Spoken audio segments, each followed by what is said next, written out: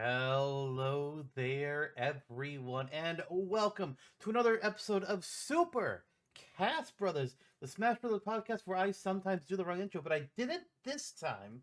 Ha ha. I'm Zantok, otherwise known as Lister. That's Jonno, otherwise known as I think he's drinking cereal or milk in a bowl. He has a bowl to his face, and Popcorn. I'm drinking he's popcorn, so I'm drinking going to be very popcorn. entertained by this episode. All right, well, it looked like he was drinking the milk from a cereal bowl, but I'm just That would gonna. make more sense to most people. It would. It really would. However, Yeah. you, as a person, um, Would drink popcorn? you don't make sense to most people. Yes, and I take that as a point of pride in all that I do. I know you do, and Yes. good for you. Good for You you. want to drink? No, I mean, honestly, I would love popcorn, but I'm not gonna like drink it. I would like take it out of the bowl and then into my hand and then put it The into my mouth instructions would with be, my hand. would be this, like this. Would it be that? Some effort. Or would it be like more like a big handful? It depends on how far into the bowl you are. When you've got like a lot of pieces, like you're at the top, everything is just risk of falling out. You don't want to do a big old handful because it's just all gonna spill. Sure, that makes sense. Especially when the top section, when it's like where that's where the most butter is. Yeah. It's like, well,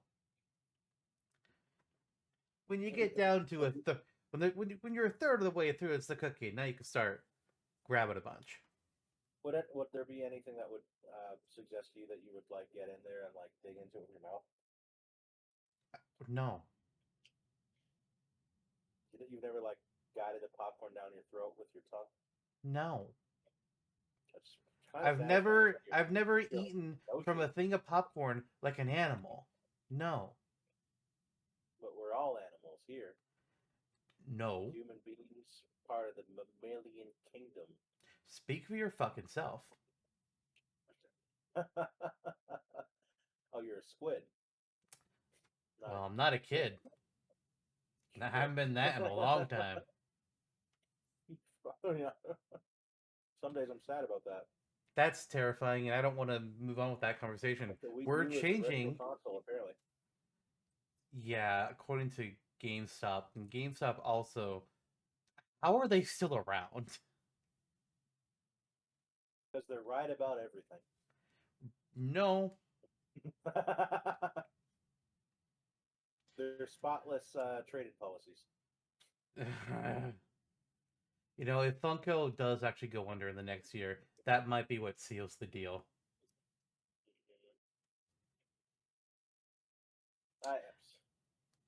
The GameStop that I remember, I already yes. Let's just put it that way. Sadness. I mean, from the beginning, there were issues. Well, yes. Today is a Smash or Dash day.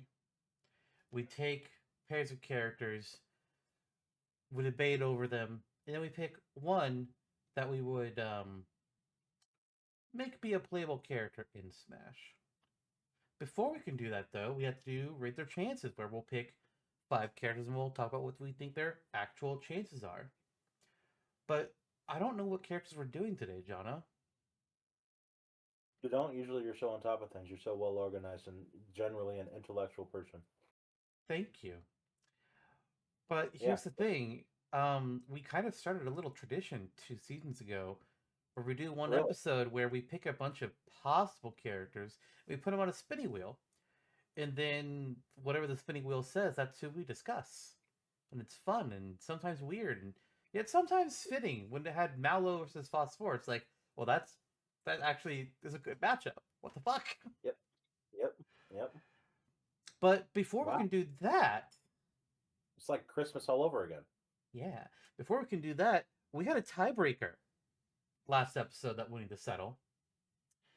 And we don't have the answer to the tiebreaker yet, but it's going to be edited in right here. Oh, I can't believe that occurred. that choice was made there, and it was so right. Johnny, you didn't give me enough time to put the edit in yet. Oh. Shut up.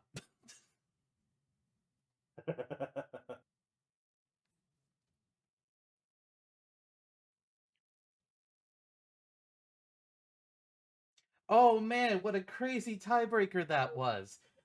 I can't wait to find out what it is whenever we're able to get the answer and edit it in right there. An incredible Weird. answer that was. It's so It's strange. it's some What a Fire fight. Emblem villain is all I know because it was a choice between three. Yeah. No, choice between two. I don't remember which two. Arvis and Leon. Yeah, We'll get. that sounds right. That sounds right. Yeah. Yeah. I think I Man. voted for Leon and you voted for Arvis. Seems accurate. Anyways, now that we've got that in there, and we'll have to figure out the tiebreaker, whatever the hell it is, at some point. We can Yeah. move on to this episode. So we Woohoo. got two spinning wheels, one for Rate Their Chances, one for Smash or Dash. But we got to start with Rate Their Chances, and we got 20 characters on the wheel. We each contributed 10, and I'm going to make that wheel show up on the screen right right now. So there it is for everybody that's watching the video. You can now see all our 20 You can characters. see But it. He can see it. Only I cannot. yes, actually, I'm going to take the wheel away for a second. I need to do something else first. So first, we want to talk briefly reveal who is on the wheel. We're just going to say like who they are, what they're from. We're not going to get into like nitty gritty details because we don't have time to do that for 20 fucking characters. So, John, you want to go ahead and mention your 10 characters first?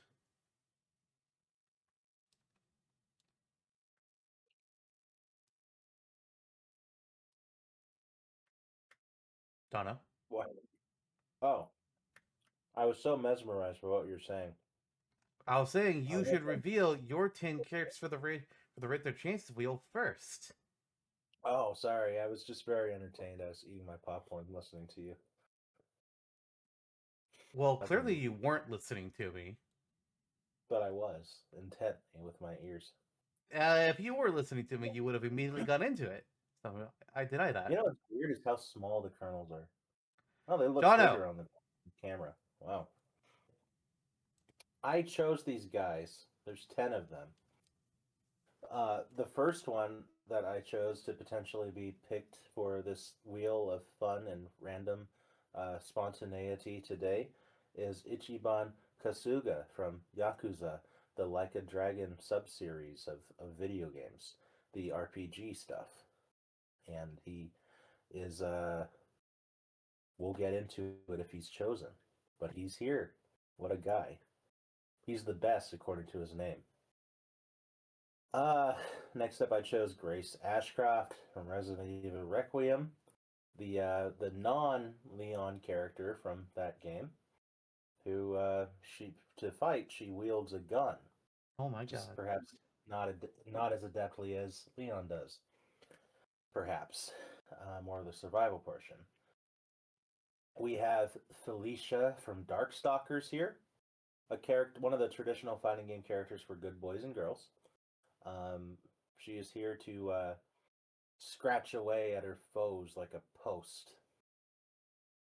There's Mike Hagar, one of my weird uh, parasocial attachment to video game characters. very, very interesting man, who we love. One of our favorite mayors. I think there might be one or two others that we prefer, but big, strong man grapples around. There's a to be cute about it, because we always have to be cute about it once or twice on these things. The Night Construct from got Age of Calamity or Age of Imprisonment. Imprisonment. Yes. So, huzzah! And Chef Kawasaki from Kirby. Recently, there's been some words said about him with the new Kirby Air Riders. Some interesting thoughts there. Sothis from Fire Emblem, who will be returning in the upcoming game. role or capacity, we do not know. Birdo, star of the Super Mario Galaxy movie. Vic Viper from Gradius, the ship that you go up and down with on a side-scrolling plane, and Andros. Andros, who I found a full 3D model of, that's apparently unused, but it exists. So we do know what he would look like besides just the head and the hands, which is weird. Yeah, there is a full physical body that is manifested for Andros and I think Command that we saw. Yep. It was very disturbing. But yeah, I mean, we may be able to talk about it more. Maybe. As for my 10 characters, I've got Chibi-Robo from the Chibi-Robo games. Nintendo several years ago, it's like, hey, look, here's a random new Chibi-Robo image on fire, and then nothing came out of that. It's like, what the fuck, man? We got Yumi Tachibana from the Famicom Detective Club games that surprisingly not only got remakes, but a fucking new game. Sweet.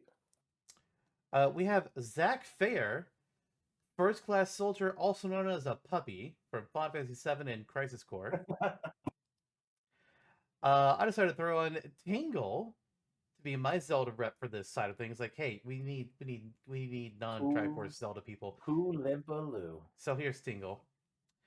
We've got Will from Metaphor ReFantasia. Will is the default name of the protagonist character. Very basic of a name, but you know. I'll name mine Lister. Please don't. We also have on my list Officer Howard from Astral Chain. Previously, you know, what name you want to call him? I was going with Officer Howard because we know that their last name is Howard and their sibling, no matter what gender, is Akira. So it's just like, all right, we technically don't know your first name, so you're just Officer. Yeah, maybe that is your first name. An evil bear, we've got Monokuma from Danganronpa on my list. Shit, I thought you were going to say your own name. No. We have Sans from Undertale. Yuri Lowell from Tales of Vesperia, the most popular Tales protagonist. And finally, and this is the only meme on my list, Crewmate from Among Us. Amogus is in this shit? Oh my god. It might be. We'll see what the wheel says. Welcome to the candidacy. So, let's show the wheel now. We're going to spin the wheel. It's going to give us a character. Then we're going to discuss some things about the character. What we think their actual chances are of becoming a playable character in the next Smash Bros. Game. We'll give them a rating between 1 to 99 because there's no character is a guarantee either which way. And then we'll average out our 2 thoughts, and that'll be our official answer. So, the wheel spins now. I'm going to eat my popcorn so intently thinking about this. Wow. Our first character is going to be one of mine. It's Zach Fair. All right. All right. So the second wielder of the Buster Blade, who had it before Cloud, and if you don't know the ending, or if you haven't played through Final Fantasy VII or Crisis Core, I guess spoilers, pretty big spoilers. Zach.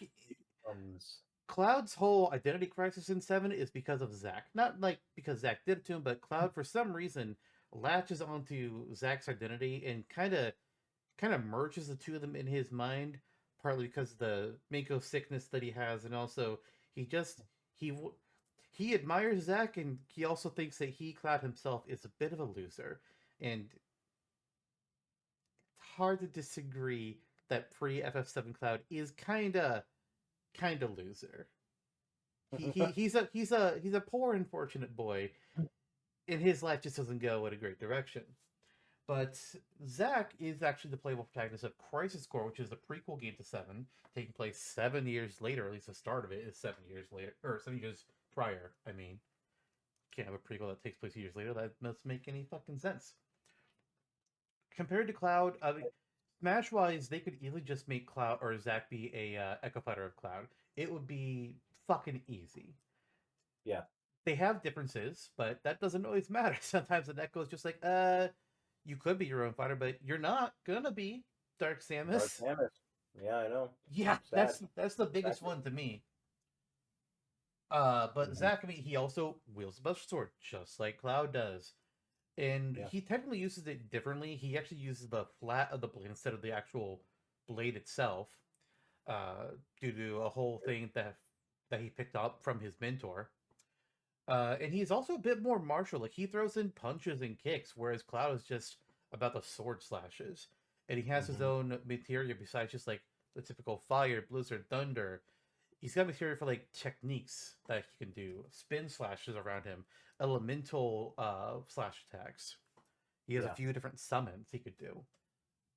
So he could be unique, but if he was getting smashed, he's 100% just gonna be an Echo, and he would be a very simple one to do.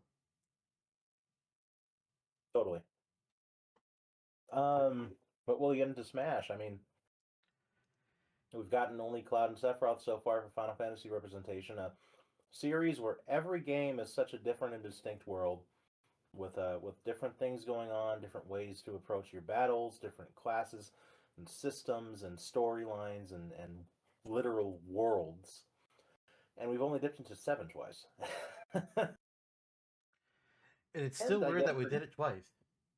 yeah, I guess it kind of makes sense because 7 is the big one. The big one, yeah, and it always will be. That's never changing. No, it's the Ocarina of Time or Breath of the Wild of Final Fantasy, and ergo, it's a surprise, but it's also not totally not that foreign of an idea to be like, oh, you're going to double down on the popular thing. It was just surprising for Smash. Yeah. But the roadmap makes sense. But will we get a third? If it's an Echo Fighter, it almost feels like a bonus. It's like a why not thing. And with the hubbub that admittedly I don't know all too much about it, but the hubbub around Zach with the new like Rebirth series of Final Fantasy VII remakes makes it his character's fresh in the mind again. They did the Crisis Core remake a couple of years ago at this point, so that's on modern consoles again. His name is in the wind, kind of more than it ever has been right now. And if Smash were to come out tomorrow, that might be the easy gambit. Square says we'll give you Cloud and Sephiroth again, or Cloud again at the added bonus of including one of these things. It's another one of our property characters, something else from 7. Sakura goes, "Oh God, fine, okay, let's make an Echo Fighter of Zack." It it is a hard question. It's like how the conversation will go between Sakurai slash Nintendo and Square slash Nomura, because supposedly, no confirmation on this, supposedly Cloud almost didn't make it back into Ultimate. He would have Right. been the one character missing from Everyone Is Here, but they were able to work out a deal. I assume that's why we don't have additional spirits from Final Fantasy VII until Sephiroth got added. We don't have an assist trophy from Final Fantasy or 7 or just in general, unlike every other third party that was in the Yeah. base roster of Ultimate. So We don't have obviously, which should confirmation have for sure, Chocobo. but the questions are there. And Mm. for the next Smash game, if they try to get Cloud again, I don't see Square also saying, "Hey, do you also want to take Zack?" I don't see that happening, and I don't know that I see Sakurai asking for Zack to make an Echo out of him. If somehow the offer is there, I think like you said, I do think he'll go like a fucking fine. If that's the only other Final Fantasy I can do, fine, I'll do Zack. That's gonna be quick and easy. It would not be my preference. I would rather take any other playable character from 7 over Zack. I would rather take a protagonist from a different Final Fantasy over that. But I could see the chain of events that would potentially put Zack in, Mm-hmm. but I don't think it's what would be asked for by Sakurai or by Nintendo. If they're gonna ask for anything else Final Fantasy, If they're gonna ask for anything Right. else Final Fantasy VII, it's probably gonna be Tifa. If they're gonna Makes sense. ask for anything else Final But Fantasy, it's just gonna be like a different Final Fantasy. yeah, And they could also go to a different Square property. Like, we've already got Mhm. Dragon Quest, but there's still Chrono Trigger is the other really big one. Uh, can't say Tomb Raider more because they sold that off. Legend of Um, Dragoon. that's not Square. That's actually Sony Oh proper. yeah, that's right. Yeah, I, I've I've gotten that mixed up before. Hmm. But there's things like Parasite Eve or Dino Crisis. what? Dino Crisis. That's Capcom, and now you're doing it on purpose. Oh shit. But there are other Square properties that they could do, and I'm just blanking on the other big ones because Square. I Oh, mean, I'm primarily a Final Fantasy guy. In all fairness, there's a lot. I mean, big granddaddy RPG dudes. mm-hmm. He's hard to quantify a percentage chance for. I honestly intended to just say 50 because of how many questions there are surrounding it. But Hmm. I think that's silly. I would probably say I'm gonna go with 20%, and that's not because I think he's 20% likely. I think that's just like there's weird pathing that could bring it to happen, and it's just like yeah, sure, 20. There's a world where it could happen. Yeah, I feel weird about it myself because I can see the pathway where Square would push for Final Fantasy VII again. It's almost to the point where you kind of expect it of those executives, but is it Tifa or off off chance of Aerith or is it Zack? Um, I feel a little more like the whispers on the winds may guide us in that direction. I'm gonna say like 38% is the number I'm landing on mentally for no distinct reason. Wow. All right. 38. Well, combine those together, average it out, we've got a 29% chance that we're saying for Zach, and I'm okay with that. Like I was debating like 25, maybe 30, but like, so Sure. 29 works for me. Okay. All right. Well, it's time to spin our wheel for the second time to see who we get. Who is the Yeah. next character we're going to be discussing in our random rate their chances segment? It is Oh, going I'm to so be excited. another JRPG protagonist from my list. Okay. It's time for Yuri Lowell to be talked about. Yeah. So, there he is. So, Yuri Lowell is the protagonist of Tales of Vesperia. And granted, I have not looked at the actual voting systems where people pick their favorites from the Tales series, but I've been told that uh, he's he's cleared the field so badly that they just banned him from being voted for in the future. It's like, okay, we get it. He's number one. Shut the fuck up. Who's number two? He's like the Batman of Tales, The Spider Man. the SpongeBob, if you will. Actually, Yuri Lowell is not Batman because Yuri Lowell doesn't give a fuck. He will kill a dude. It's like, you're a bad guy, I fucking kill you so that you're not around anymore. Yuri would kill the Joker. Yeah. Batman's like, nope, throw him in prison. Yuri's like, nope, throwing you to hell. I'm gonna stab you and I'm gonna throw your body into a river. That is Yuri Lowell. Not As necessarily against that plan. me, I mean, we haven't had any Tails character yet. We've had several Tails, uh, me costumes. Tails is made by Bandai Namco. Namco has helped Sakurai make Smash 4 and Smash Ultimate. It honestly is feels a little strange that we haven't had a Tails character yet, regardless of who it is. Yeah. But Namco wise, we've only had, if I remember correctly, just Pac-Man and Kazuya. Nobody else. Which is like, huh. You think the company that is helping to make them would have had a little bit more. I don't want it to become like Nintendo and Namco Smash Brothers, but I'm surprised that Yeah. like that's all we have. I'm almost surprised that we have so little Capcom, but that's a different Right. discussion. Agreed. But Yuri, as far as protagonists are concerned in the Tale series, he is very standard in his fighting style, which I think both helps and hurts him. He doesn't have like a unique gimmick like Velvet or Alphen does. but he's a simple swordsman, and he uses a lot of these standard um, techniques that other Tales characters have. Like him and Lloyd have a lot of similar attacks, and Lloyd Yeah. is the main name that tends to get brought up in the Smash community for Tales reps. The only real difference between the two of them is that Lloyd dual wields, Yuri has one sword. But beyond that, they got a lot of similar techniques. Okay. Interesting. And Lloyd is, I think we're pretty much predisposed to the idea that Lloyd is the most talked about in our community because he is relevant to Nintendo legacy. Symphonia was a GameCube exclusive at first, yada yada. It If was that big were on not the GameCube. case, yeah, it was. It was a big hit.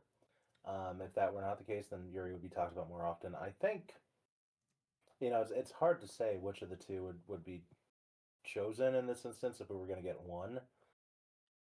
Lloyd does have a Mii costume going for him.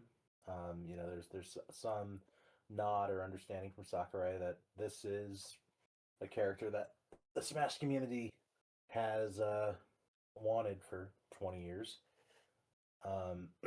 Yuri doesn't necessarily have that direct connection.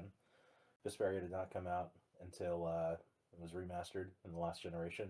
Got put on the Switch, but at the same time, he is the poster child of Tails. Period. He is by far the most popular overall Tails character with the Tails fan base, and that could hold some weight.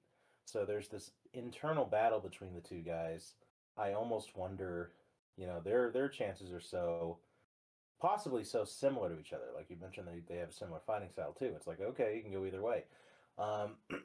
To where it's like, in my mind, I'm almost wondering, like, am I kind of also just voting on the idea of one of these dudes being in? So it's like, I'll just treat it as not really worrying about the Lloyd factor and just kind of approaching it from, okay, if Tails gets a nod, it's one of these two guys. We're talking about Yuri today, so we'll focus on Yuri. And in that mode, I think his chances could be fairly high, especially since Namco's already on board for developing Smash, probably. Something I just checked. I just checked to see, like, okay, what has Tails actually gotten in Smash? As far as the Mii Fighter costumes are concerned, it's actually only Lloyd. I thought I thought maybe it was a little bit more than that in Ultimate, but no, it's just Lloyd. He's the only one. I'm trying to see if I can find it. No, it looks like that's the only content Tails has in Smash. Period. Is just Lloyd Irving has gotten 2 DLC costumes for in 4 and an Ultimate for the Mii Sword Fighter. That's it. Yeah. They could easily do Yuri for the Sword Fighter, or Alphen, or they could do Raven, or not Raven, Velvet for Mii Brawler. That's where she would work best, or Shion for the Gunner. But twice they've only done Yuri, and Sakurai's or not Yuri. Twice they've only done Lloyd, and Sakurai has kind of said before, it's like, yeah, it's kind of Lloyd. I don't know why that's Sakurai's thoughts, but I mean, he is the guy that makes it, so if he thinks it's just Lloyd, and that maybe his opinion has changed, who the hell knows? We don't, because that was kind of made during Smash 4. It feels like it probably would be Lloyd just based on that, unless Nintendo was like, "Hey, do Yuri." But even then, I don't know, because Lloyd has the big Nintendo presence. His game was big on GameCube, but also neither of them are the hot new blood anymore, and haven't been for a while. Alphen and Shion are the two new protagonists for the most recent game. We know there's some kind of new Tales that is being worked on, and they've been doing a lot of remakes in recent years. Not Symphonia or Vesperia, but some other ones. And supposedly, like, they're planning to do like a whole lot of it for anniversary. So it could really be anything. Tales of Graces, I believe, was the most recent one to get a remake. So who knows? Maybe we would get the main character from that game. Maybe we get thrown for a loop and get like Patty Floor. We are not getting Patty. We are not getting Patty. Patty was only added in the remaster for Tales of Vesperia. She's not in the original game, and Yeah. she's got RNG to her shit. Not happening. Not happening. Like Yeah. Symphonia is on Switch, I believe. I believe both are. Yeah, Hmm. Symphonia remaster released in 2023.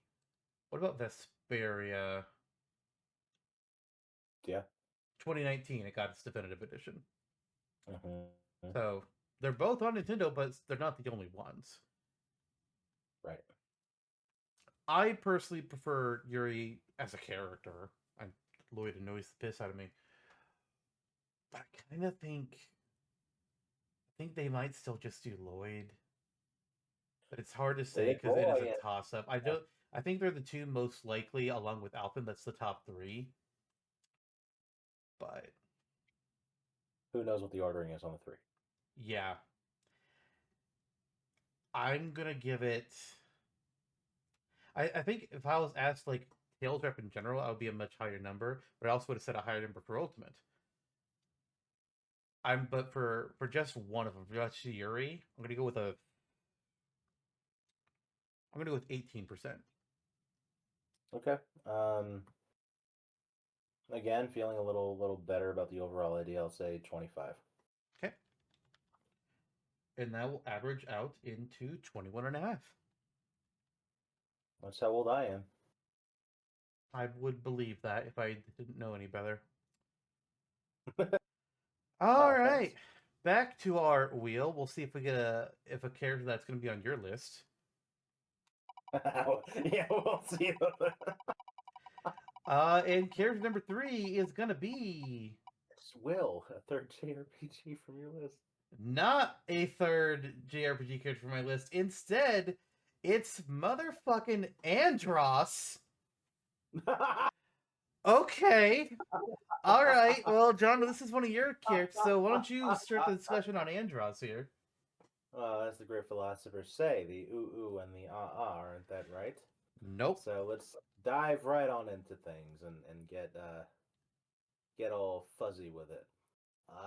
Yeah, Andros, the great scientist from Venom. Was he from Venom? Anyway, Yes. uh, yeah, yeah, he is from Venom. He fucked up that planet real good with his bullshit, militarized weaponry of like just wild shit. There's like a giant worm thing that you fight as Fox that he like put there and stuff. It's crazy. It's crazy.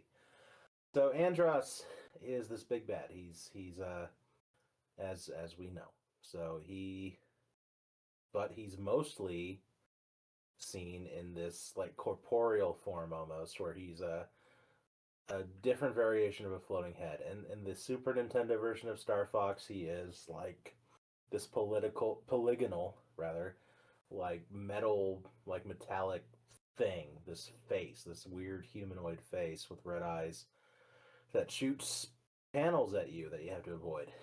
And it's very simple, and I think that design, kind of it evolved. You see later on that he is a giant ape.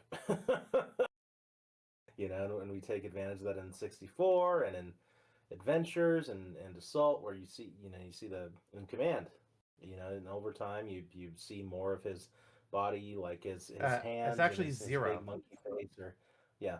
And Zero, it was Zero. Okay. But yeah, most of the series you're fighting big monkey head and big monkey's hands, and they do a few things. They shoot cyclical, like circular rather, like beams at you. They slap you around. He blows the panels at you, can swallow you, stuff like that. If you blow him up in a certain way, you can fight his brain in 64, his giant ass brain. And yeah, and then suddenly in Zero we get this full body view of him, um, in a flashback shot where you're seeing Andros with the rest of his body, when before he turned into this giant, like ethereal, weird, crazy form. Um, he was more humanoid, like the other animals and the other characters in Star Fox. He kind of looks like So a typical like dark yeah, wizard, just a monkey. Like Yeah. he's got the big old cloak, like the Dracula like fucking collar. It's like, all Yeah. right, guy. Kind of crazy. That's the thing Zero did best. One of the few things. So it was like dropping this weird, wacky lore on you. You're like, okay, that's an image I will not soon forget.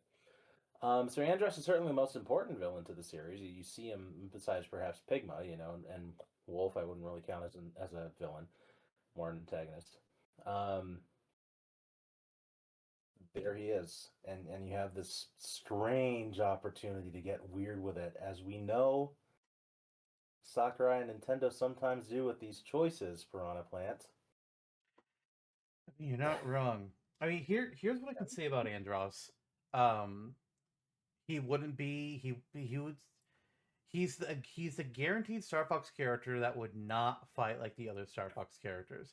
He's not gonna have the exact same moveset as Fox, Falco, Wolf, or what also Slippy, Peppy, Pigma, Leon, and Panther could all have. Crystal, notably, could actually have something unique. But they would probably just do the stupid thing and have Crystal fight like the others as well, because Yeah, even though she had that Adventures of His trophy. mm-hmm. Mm-hmm. Samus had her unique one too. Yep. But Andros would have to be different. They can't like if they slapped him with the gun and the reflector, it'd be like, what the fuck? You've got Yeah, Dark Wizard Monkey, and you're giving him yeah, reflector? No. yeah, yeah. No.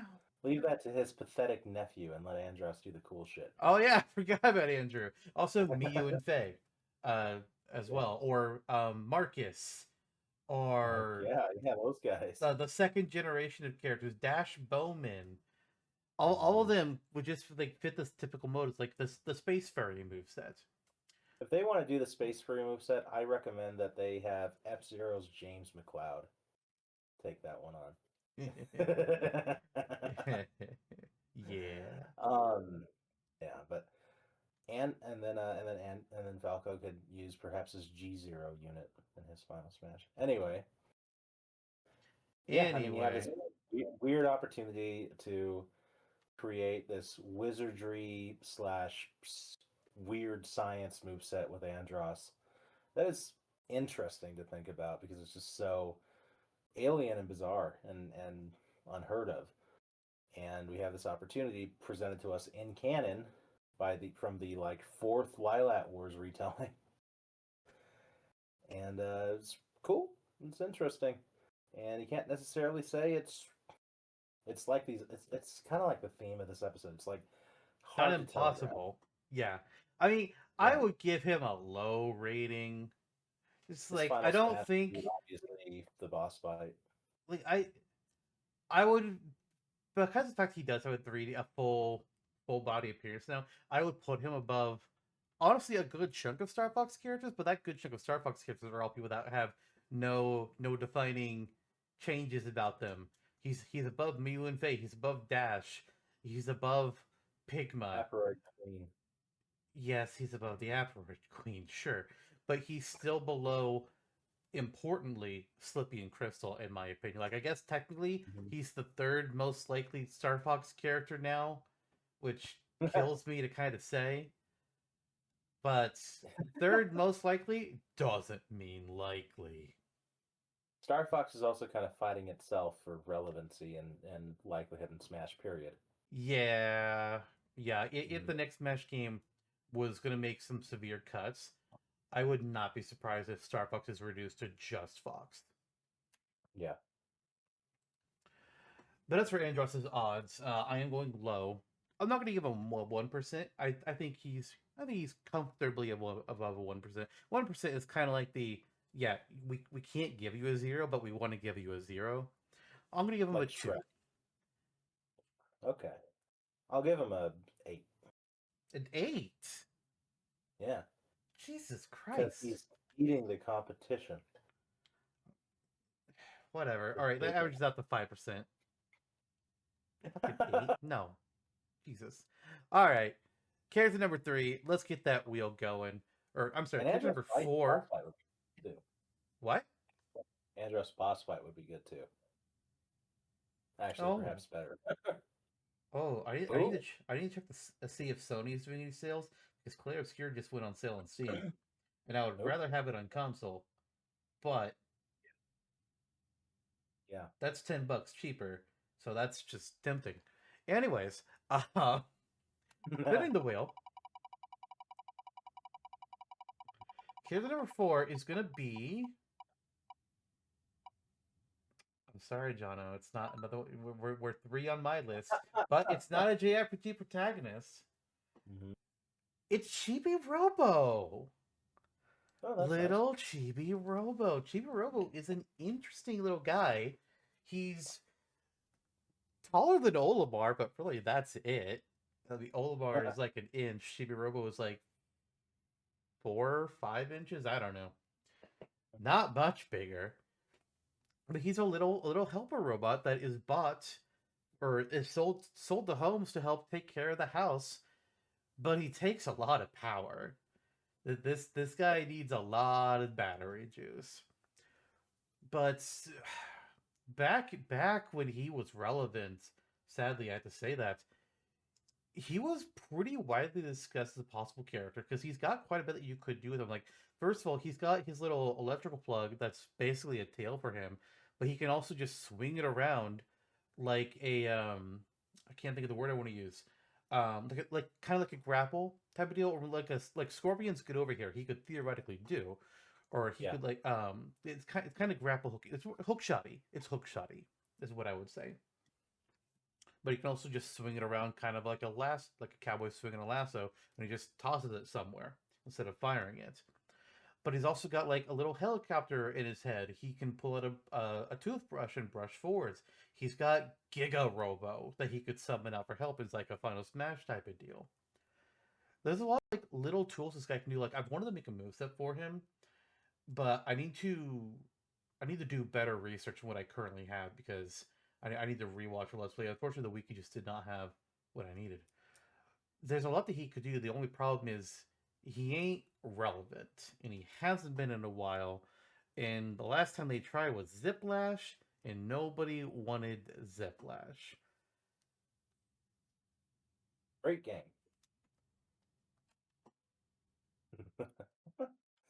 Comedy, folks. Anyway, yeah, it surprises me that there are these gambits made by senior developers who theoretically, as the stories are told within our rumor mill community anyway, should know better about what they're pitching and what they think the series should hinge on.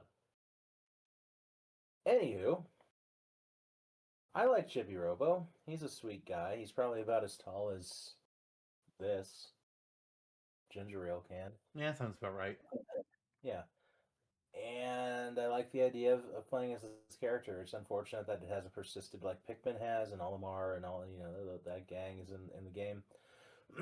But I think you have the NSO return of Chibi-Robo on the GameCube app, and you have just this unique character, and we're kind of falling into this place now where GameCube is retro, and there's this precedence for having a retro choice in each Smash game. This last one was a little weird because it was third party. You get Simon and Richter, but still fit the bill.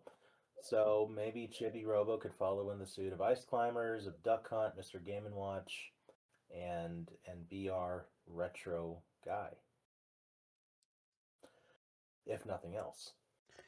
Yeah, I think there might be some people, and these people don't really matter. I think there would be like some negative fan reaction to be like, our retro rep is a GameCube character, but there's so many other NES characters that we could have, or Super Nintendo characters. Like, you guys are right.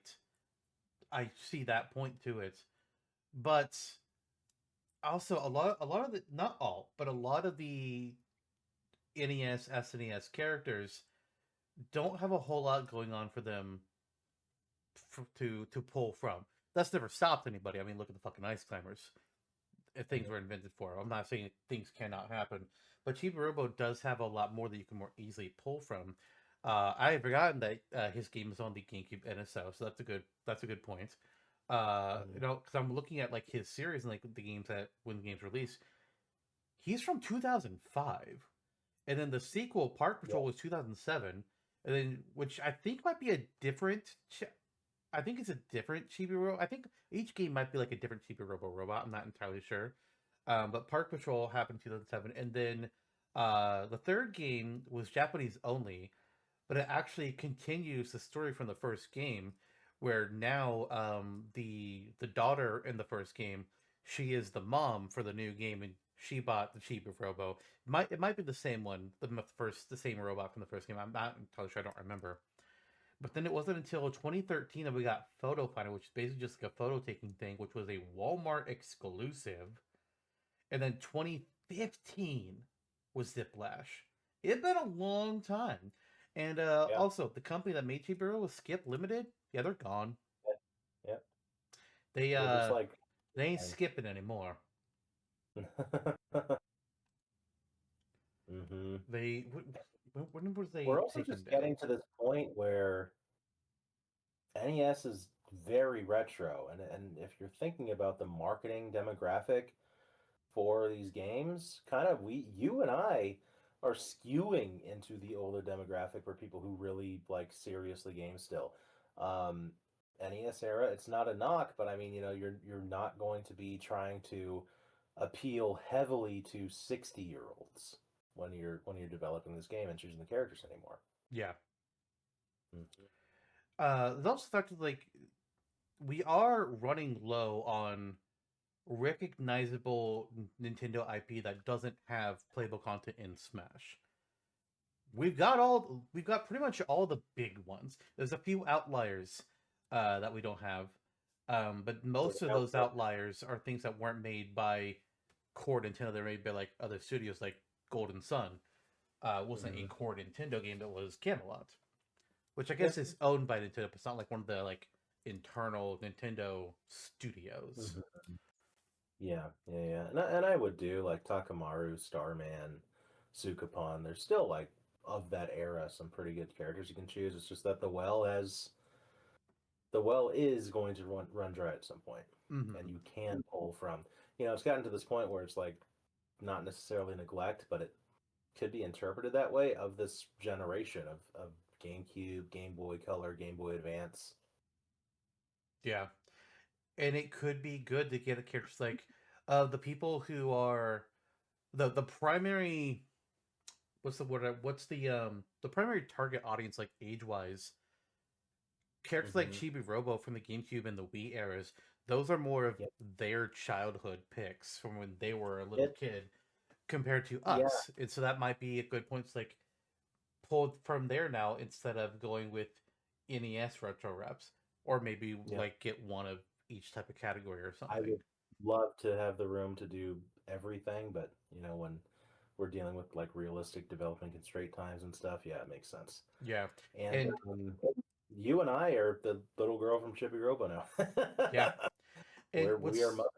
what's also kind of hard is to say like how many new characters are we going to get. Chibi-Robo does not have a chance as DLC because Nintendo is going to want things that they can be promoted and to sell copies. Chibi-Robo is not going to sell copies. Chibi-Robo only has a shot with a base roster. They're gonna say, "Can you do Fire Piranha Plant for DLC this time?" No, no, kill me. But like no matter what we get for the next Smash game, I think there's a very decent shot that we have a small amount of new characters on the base roster, like with Ult, because if we do, everyone is here too. That's going to be a lot of time that to spend on all the returning characters. Not going to be a lot Mhm. of time to do for new ones. And if they do a big swapping cuts, they're going to need to introduce some new blood, but they're also going to want to do what they can to revitalize old characters, which means those old characters are going to be having an even even more time spent on each one of them individually to change them up to modernize them. So I would not be shocked either way if we just get another small group of new characters base roster and will Chibi-Robo make the cut. I don't know. Yeah, I'd like to hope so because he'd be different. you'd be great. But It'd be great. I want to fight with my toothbrush. I mean, you can. This thing is really stopping you from that. True. That's true. Chibi-Robo is an inspiration for all. As for the odds of him being playable, I lean around in the Yuri and Zach area. I'd love to give him higher odds, but I realistically I can't say more than 40%. I don't think I can say 40%. I don't know if I Hmm. can say 30.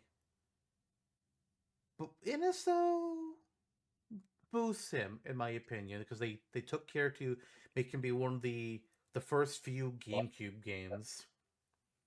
So I think I'll say Or near. 25. Yeah. I'll say 25% chance. Okay, I will say 20. Okay. You went less than me first time today. It was the first time for everything, Sadly. and we just hit. All right, so that's going to average out to 22.5%, the highest of the day. No, it's not. Nice. Zach Fair has higher. I lie Interesting. sometimes. Yeah. Have you ever Oh, heard about garlic rings? Speaking of lies. not, not, not. All right, we got one last wheel spin for rate third chances. So far, we've had, I would say, well, no, I was gonna say they've all been serious choices. No, they fucking haven't. No, they haven't. I would say Chibi-Robo was a pretty serious choice. Sure. Yeah. Our last character number 5 for rate third chances today. What are we gonna have? It's gonna be, well, look at that. Somebody from your list and somebody that I would consider a serious discussion, Really? which I don't think is most of your Serious. list. I'd have to check to make Yeah, sure, but I don't think that's most of your list. But who we're discussing finally is somebody topical, somebody new. Grace Ashcroft of Resident Evil Oh, Requiem. Jonna, okay. take us away. Interesting way to wrap things up. For multiple reasons. The game just came out a month ago from the time we recorded this, so it's very fresh. I know some of the major story beats. I know how the general gameplay works. I have not played it yet, so there's going to be so much that I can offer from the knowledge base on it. But generally there have been two ways that you play Resident Evil. Three, actually. There's the traditional survival horror aspect. Zombies, monsters, enemies take multiple shots to down. You have limited ammo. It's you're incentivized to survive and be smart about how you use your gear and stealth around and be avoidant. And Grace fits that traditional style. Leon is also part of this game, and he's much more. I've done this shit for 30 years now. I know what I'm doing. I'm just gonna haymaker my way through these hordes of crazy mutant enemies. Right. So that's her. She's notoriously more of a. I believe her background is what, like a reporter for or an informant for She's a special she's a she's a services she's organization, a right? she's a desk jockey for the FBI. That's, there you go. That's what it is. And thrown into this shit with these very large gray things. Yeah, she's an intelligence analyst, not a field agent, but is sent into the field for whatever reason. It's like, okay, we're gonna send her in Yeah, alone. Yeah, is she makes trained sense. for the field? No. Why? Is her boss incompetent? Well, Well, many are. That's not even video game material. That's just real life. Yeah. So brand new characters, and apparently there's some other stuff that happens later on with her that might make her more of a fighter I mean, you than kind of have probably what to she. get some fighting skills to survive in the Resident Evil universe. Yeah, especially versus that like giant mound of flesh that I've seen just like kind of hulking around and all these Facebook reels of this game. I have not seen anything outside of like the trailers from before. I need to check my Resident Evil Let's Play guy. I need to see if he's uploaded the whole game yet so I can watch it. but I have not checked. Gotcha. Cool. I would love to play it. But yeah, essentially, I mean, looking through her like stats real quick or different things that she does, it's very, very much traditional Resident Evil. So your CQC, your close quarter combat, punches and kicks, your variety of guns and missile launchers, all of this would be available to her. And I think that the way you do it with a character like this, it's like it's the same way that you do it in Requiem. How do you differentiate her from a character like Leon, who's far more experienced? Like you kind of lean into the survival aspect of survival horror with the character. Um, work on work on crafting materials and using kind of whatever you can, not just like maybe your gun has limited ammo. Maybe it doesn't hit as hard as other characters.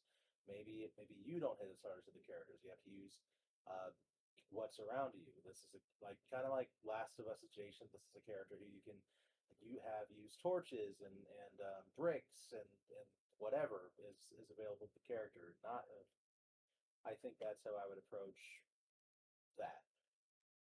I'm looking at the wiki to see like what she actually has, and like their gameplay section doesn't really say a whole lot. But I mean, first of all, when it comes to like anything melee, all she has is the frontal kick. She doesn't even do knives or punches or anything. It's just frontal kick or shoving things that have already been stunned by guns. Yeah. Her one like her stealth attack, like how Ellie has her knife where she'll just kill something real easy. She has the hemolytic injector that she has to craft, which can make enemies explode and prevent them from mutating. So it's basically like the stealth instant kill is what that is. But otherwise, like she ain't a physical fighter. She has less inventory slots compared to Leon, but it can be upgraded. And but she does have access to some guns. Like apparently she has um Leon gives her the Requiem revolver, so that would be like her Yep. main weapon for Yep. Smash. And that's Mm-hmm. all it really tells me beyond that. It's a Give me much to go large on. frame assault revolver, so you can shoot multiple times with multiple rounds, and it provides immense armor-piercing damage. So it's like a really, really harsh, like scatter shot. Mm. And then on the side, she can make Bowser explode with an injection. I mean, they could do something. I don't know really know how that item works, but you could do something kind of like how there's some items where like how Snake has his down special, the C4. You attach a bomb to somebody, then like a few seconds later they explode. That could Mm-hmm. work for a move for her. But I don't Yeah. know if it's supposed to happen like immediately or if it takes a little bit. I have no idea. Right. Right. Oh, Um, upon injection, they violently convulse and explode. yeah, there you go. Perfect for Smash. That would be kind of violent and crazy. But It would be a down special counter. That's what that would yeah. be turned into. Mm-hmm. There are I'm trying to think of the enemy that I want to refer to. There's the I'll think of it. I'll think of it. But I think with other like with other Resident Evil characters who kind of fall into this category, um, you do the thing that they did in Marvel vs. Capcom with the gel. She throws you a zombie. True, especially because like she apparently like one of the things is like shoving zombies that have been stunned. Like she just shoves them and then gets away. Yeah, absolutely. And then there's the character that's similar kind of to the nemesis or Mr. X of the game. There's Hmm. Chunk you can involve in her moveset. Probably in like the final smash. Mhm. And that's kind of it. She has the relevancy. I mean, that's what's going for her now. She doesn't have a whole lot of connection to the other characters. She's fairly new blooded Yeah. for this world in this game, which is cool and interesting. And it's on one hand, and on the other hand, it's also like how would the fan base react to that? And on the overall, because you have these other characters who are legacy. You have Leon, who's in the same damn game. Yeah. I think that. Honestly, I think the only thing Grace has for it is she's in the newest game. Yep. Unfortunately, the newest game also has Leon. Yep. So is that a factor? Yeah. No. Girl don't have a shot. She doesn't have. I If think. if I she was think the that. only protagonist of the game, if she had a bit more to what she could do besides just push things and do a frontal kick, Mhm. maybe. I But wish there Leon's were. here. Yeah. I wish that they did more with Rosemary. Maybe they still will. Like go for the mold power girl. You know. Yeah, I'm surprised they didn't. I think maybe they just like they didn't think it was popular or whatever. I don't know. Maybe they did like internal things that determined that it wouldn't have done as well. People wouldn't have wanted that. But it felt Yeah. weird based on how 8 ended, or Village rather. It's like, okay, so we're abandoning this storyline. It feels like you had room for one more tale in the story focusing on Rose, but okay, back to the normal crew of people, I guess. Yeah. And at this point, I think it's abundantly clear. Like, we've had these discussions before. Like, is Jill gonna get in? Is Chris gonna get in? Is Wesker somehow gonna get in? Yeah. It's like, no, it's just it is Leon. It just very pointedly, at this point, Leon is your choice for most likely Resident Evil character. Yeah. It Hmm. ain't. There's debate on the others. But I can tell you this: it ain't gonna be Grace. I'm giving her 1%. I'll give her a 4. What the fuck? I Oh, think there's the outside shot where if Leon gets in and they want a second, which isn't going to happen, it could be her. nah. If they give us two Resident Evils at once and it's not a Echo situation, it's probably Leon. It's either Leon and Jill or it's Leon and Chris. It's not gonna be Leon and Grace. Leon and Ethan. Where's his face? You won't. It'll just be covered up, blurred Nope. out. Nope. All right. Well, that's Leon. our 5 razor chances for the day. Of them, 3 of them actually are gonna make their way into the current top 10 of the season. Uh, and we've only done 20 characters so far, but still, that's notable enough. Hmm. Chibi-Robo, Chibi-Robo, Yuri Lowell, and Zach Fair are all going to make it into the top 3, deposing Minoru, Camilla, and Hornet. Hmm. And the 3 of them are knocked out. And we now move on to our second wheel for this episode, our Smasher Dash wheel. Where we'll be Yes. pulling 2 pairs of characters. We're going to pull 1 pair of characters at a time. And we'll be doing our normal Smash Dash debate on the discussing, hey, what could they bring? And which one we would rather see in Smash if we had the choice. So, Yeah. Jono, why don't you go ahead and start telling us your 10 offerings for our random Smasher Dash wheel? I come to you with 10 offerings, much like the popcorn I had offered you earlier to drink from my cup. I come to you with Ray Mark II from Custom Robo. That guy. I come to you with Dr. Wright from Sim City. Arlie Nadja from Puyo Puyo. Dracula from Castlevania. Voodoo Vince from the Xbox Classic. Gordon Freeman from Half-Life. Yuna from Final Fantasy X. Zeke from Zombies Ate My Neighbors. Astrobot, and Jinx from League of Legends. What a crew. What a crew. We've kind of had a thing where our Smash Dash wheel tends to have, there's some serious options, but there tends to be like some weirder ones in this one compared to Rate Their Chances, because we can freely be weird in Smash Dash. If we just throw a bunch of weirdos and Rate Their Chances, they're all going to be like 1%, 2%, and that's not as fun to go over. A couple of them are fine, but not like the whole thing. Right. Some become serious choices like Andros. Yes. True Sure. competitors. For my list of 10 for the Smash Dash wheel, I've got ProtoMan.EXE from the Mega Man Battle Network subseries of Mega Man games. I've got Gilgamesh from Final Fantasy, specifically Final Fantasy V, but technically a lot of Final Fantasies, since he makes several appearances. We've got Noir Dedede from Kirby Air Riders, specifically. We have the Pokemon Ranger, so they would work different from the Pokemon Trainer, but kind of like a homogenation of all the Pokemon Ranger protagonists. We have my boy Rocket Slime from Dragon Quest Heroes Rocket Slime. We've got Poppy Alpha from Xenoblade Chronicles 2. Ivy from the latest Fire Emblem game, Fire Emblem Engage. Django from the Boktai games.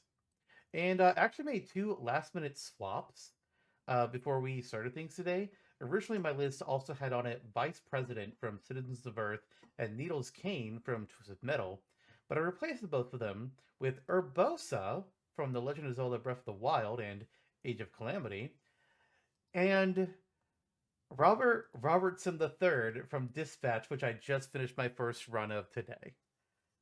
I was like, I feel inspired. Let's just throw him in the list of possibilities and see what happens. Mm-hmm. So with that said, let's see our wheel and see what our first matchup is going to be. How fucked up is this going to get? Because we got Drink some our choices. popcorn and get jiggy with it. Character number one for matchup number one is it was almost Zeke. But instead it's going to be a character that I don't know how much we can talk about them. Noir Dedede. Okay. All right, shit. Noir Dedede's opponent for Smash Dash is gonna be Jesus Christ, Dracula. Really? From Xenogears? No, Xenosaga? it's Noir Dedede versus Dracula. All right. Well, let's give him a fair shot. Wow, what a matchup! This is wild. Both characters of the dark. Yeah. Villains. Oh Yes. boy. Oh boy. This is a twosome. For sure. Yes. Just like this show. Oh, whoops. There we go. So is the villain of Kirby Air Riders story mode. Well, yes and no, not really. No, Noir Dedede is not the villain. Noir Dedede. He looks oddly akin to Nightmare. I will say at the forefront. He does. Have you played Air Riders? Seen its story mode at all? I've played Air Riders for 10 minutes. So the answer is no. Okay, so I'll give you the knowledge here.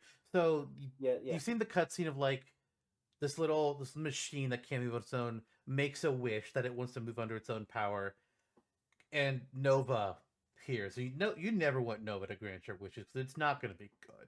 Nova is a genie on crack. Yep. So Nova grants the wish and sends a bunch of metal spiders to pick. I can't remember what it's called in its original form. To pick it apart and basically creates two entities. There is the giant legendary machine Giganto, which is a gigantic fucking thing with a cannon. And then it also creates the writer Noir Dedede, who I don't remember why he has that appearance. He just like copies. He basically copies. Like he somehow learns what King Dedede looks like, and he copies that general form. But yeah, he kind of looks like Dark Matter Blade crossed with King Dedede, just crossed with, hey, let's have an engine for half your face. Yeah. And his story is that he knows that all the machines are like being sent out a signal to come gather in a place because Nova's up to Nova's bullshit and is trying to destroy Popstar for whatever the fucking reason. Why he hates this planet, I don't know. And all the writers, Kirby, King Dedede, Bandanity, Chef Kawasaki, Lolo, and Lala, they're following their machines to this location. Noir Dedede is like, nobody needs to be here because that's bad if you all start gathering here. So he, in the story mode, like, he'll try and like run you off the course. Because like, if you go there, it's bad for the world. can't speak, can't warn them, and nobody is really like, bro, get out of our way. We're trying to go to a place. You're trying to run me over. That's basically his deal. And then in the end, he helps you out to defeat Giganto, defeat Nova. But other than that, he's just one of the racers who looks like Dedede. He should have his own unique ability because all the racers have an ability that they can activate. I'm trying to see what his is, if I can find it. Oh, I'm sorry, it's Gigantis, not Giganto. I was saying the name of his vehicle form. Oh, his original form is called Zora. That's right. I'm not seeing what his ability is supposed to be because you can unlock him as a racer, but I don't see what he can do. So is Gigantus his Shadow Ride. vehicle? No, no, no. Gigantis is it's building sized. You can Oh unlock God. when you beat it when you beat the story mode. You beat Gigantus. You can actually unlock it like how you would unlock like the Dragoon and Hydra in City Trial. You can unlock the three pieces of Gigantus. Oh, also, is he also? There's another thing that's like a Flame Leo vehicle. That's a new legendary machine. I think that might also be like Noir Dedede's like final form or whatever you want to call it, where he turns into like this Flame Lion vehicle. Nice. Trying to find that. But his unique ability, I did find that it's called Shadow Ride. I don't have what it does, but yes. Sweet. I mean, it's a cool look. He's pretty neat, the design wise. Mm-hmm. Would you imagine that he would fight on the vehicle? I mean, they could do that if they. I mean, Sakurai is known to like want to do characters differently. They could put him on like the wheelie bike potentially, or have him ride the Leo. Maybe that kind of feels weird. Hmm. But I also Yeah. don't see like if he has like his own vehicle that's like his vehicle. That's like how Kirby has warps or Chef Kawasaki has what is, or Meta Knight has a Shadow Star. Like for the different amiibo, they have like their specific vehicle. I know for his amiibo, he's getting the Hydra. We're getting a Noir Dedede with the Hydra amiibo. We're getting a second Kirby that has the Dragoon. But I think if the Hydra evolved, it would be like his final smash. Yeah. He would ride on the Hydra. It's pretty sweet. Those amiibo look so good. Too bad they're $50. Yeah, Yeah. yeah.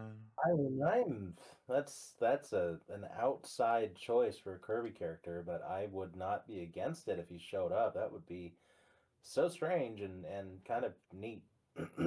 Oh, okay. So Noir Dedede is not Leo. Leo is just like an extra vehicle, just appears in the climax of the story, and that they ride on to defeat Galactic Nova. It just appears. It's like Sonic in Subspace Emissary. Kinda, yeah. Oh yeah, Gigantus is also like a gigantic tank with a wrecking Mhm. ball and giant lasers that it can fire. Thing is There's a massive. It there's your next Kirby when boss you fight unlock instead. it in City Trial and you use it, it is building. They don't give you a small version. It is building sized, and it will destroy buildings by contact. Wow. Yeah. Hey, the first thing that I found on wasn't Gigantus, Gigantus, how do you pronounce it? It was Kirby Giganticus. No, put it away. Thank you, Kirby subreddit. Nope. Yep, never need to see that again. Never. On that note, But yeah, that's basically Noir Dedede or Zora or whatever you want to call him. mhm. He's Link knows this guy. no, stop it. But if they wanted to do him, like you're either going to get a King Dedede Echo Fighter, or they're going to put him on a vehicle and they're going to make him like the Air Riders rep, and he's going to have Put him unique on a things based on like vehicle and how make the vehicles your work in that game. Which vehicle? Who the fuck knows? Hydra, I But guess. I think Hydra would be Final Smash. Honestly, I don't think they have him be on that like for the actual fight, especially since Dragoon is an item. I, Put I him on think Wheelie. You I said. think more likely he'll either just be on Warp Star, or they'll put him on Wheelie Bike, or Vampire Star, or the Battle Chariot, maybe to have something be different. Yeah. That is really it's one of the many games I need to get around to in my backlog. I will. But It's yeah. good for just if you have a few minutes, just play some races. Do a Okay. single city trial run. You got 5 minutes, That's you can true. do a run. That's true. And Sakura has always been good about that kind of stuff. Okay, sweet. Very good. On the other hand, Dracula is a I mean we know Dracula.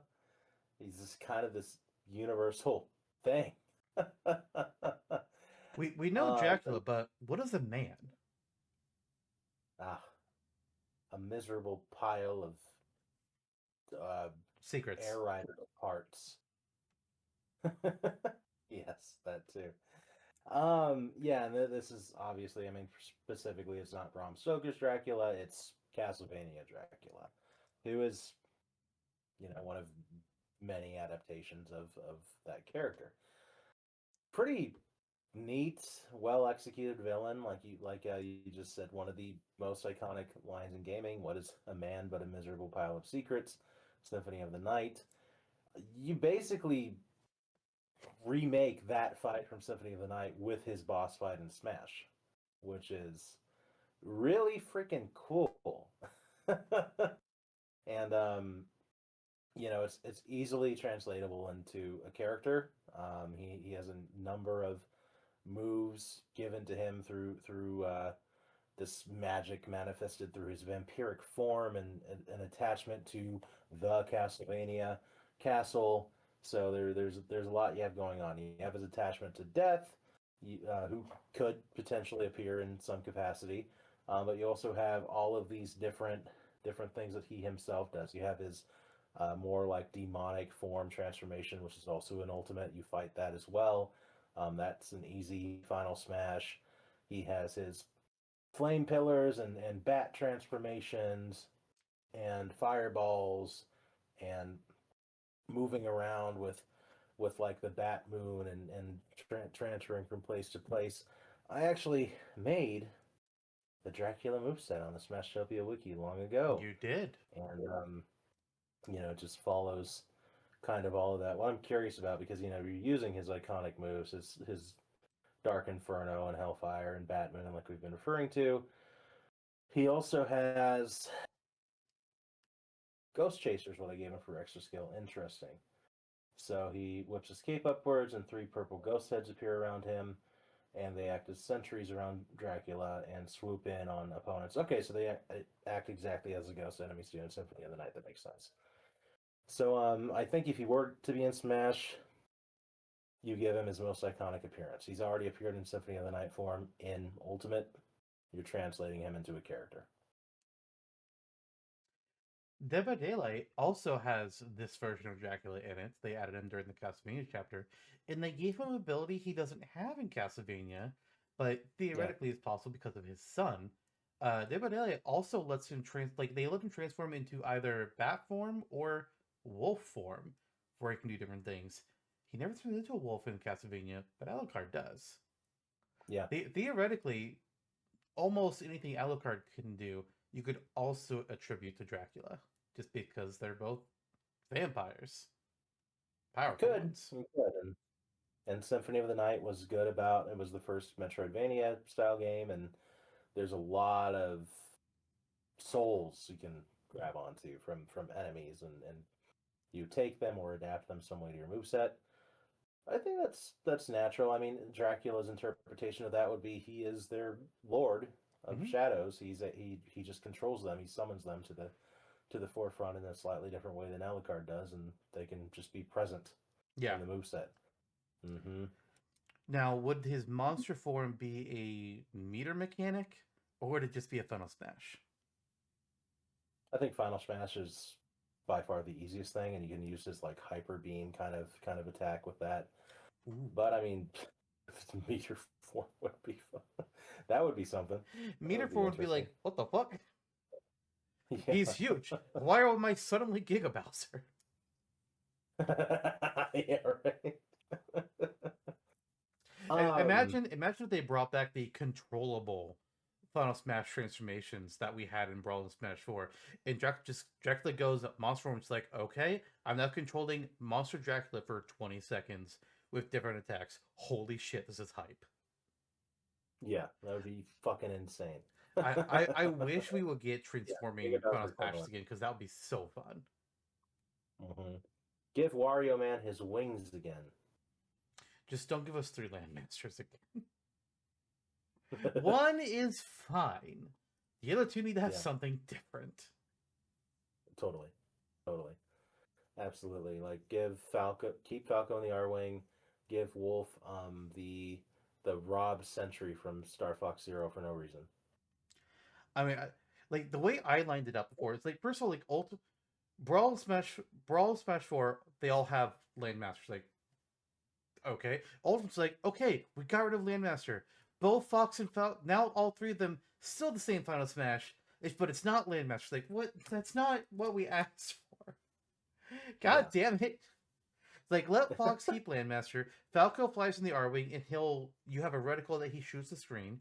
And then Wolf calls in Team Star Wolf, and they shoot the field in flybys. That's what you do. It's easy. Yep. What may not be as easy as choosing between these 2 Giga Chads. Oh yeah, I don't know, man. This is like the hardest one we've ever had. This is the biggest stomp fest we've had in Smash and Dash characters.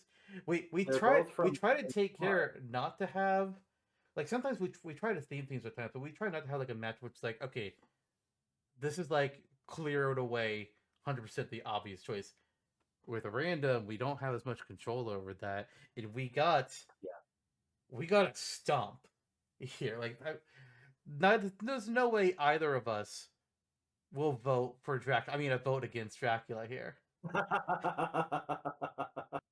I had to throw that in, but like, it's Noir Dedede. He was thrown in here to be a funny. I didn't think this would happen. It is pretty funny. I mean, I like the opportunity to do the lore dump on Noir Dedede. I think it's interesting. Wouldn't be against it being in Smash, but it's not going to be here. Arguably, looking at our 20 characters here, I think we might have the most serious Smash Dash option and the least serious Smash Dash option in this matchup. I honestly think we do. It's debatable if Noir Dedede is the least serious option, but I do think Dracula might be the most serious Smash Dash picks that we have to choose between today. Yeah. It's basically like him or Arl. I kind of feel like maybe Ivy. Maybe. He's just a solid legacy villain. Yeah. And a good pick overall. His overall chances for Smash, a little more on the outside, but it would be cool as hell if he was in.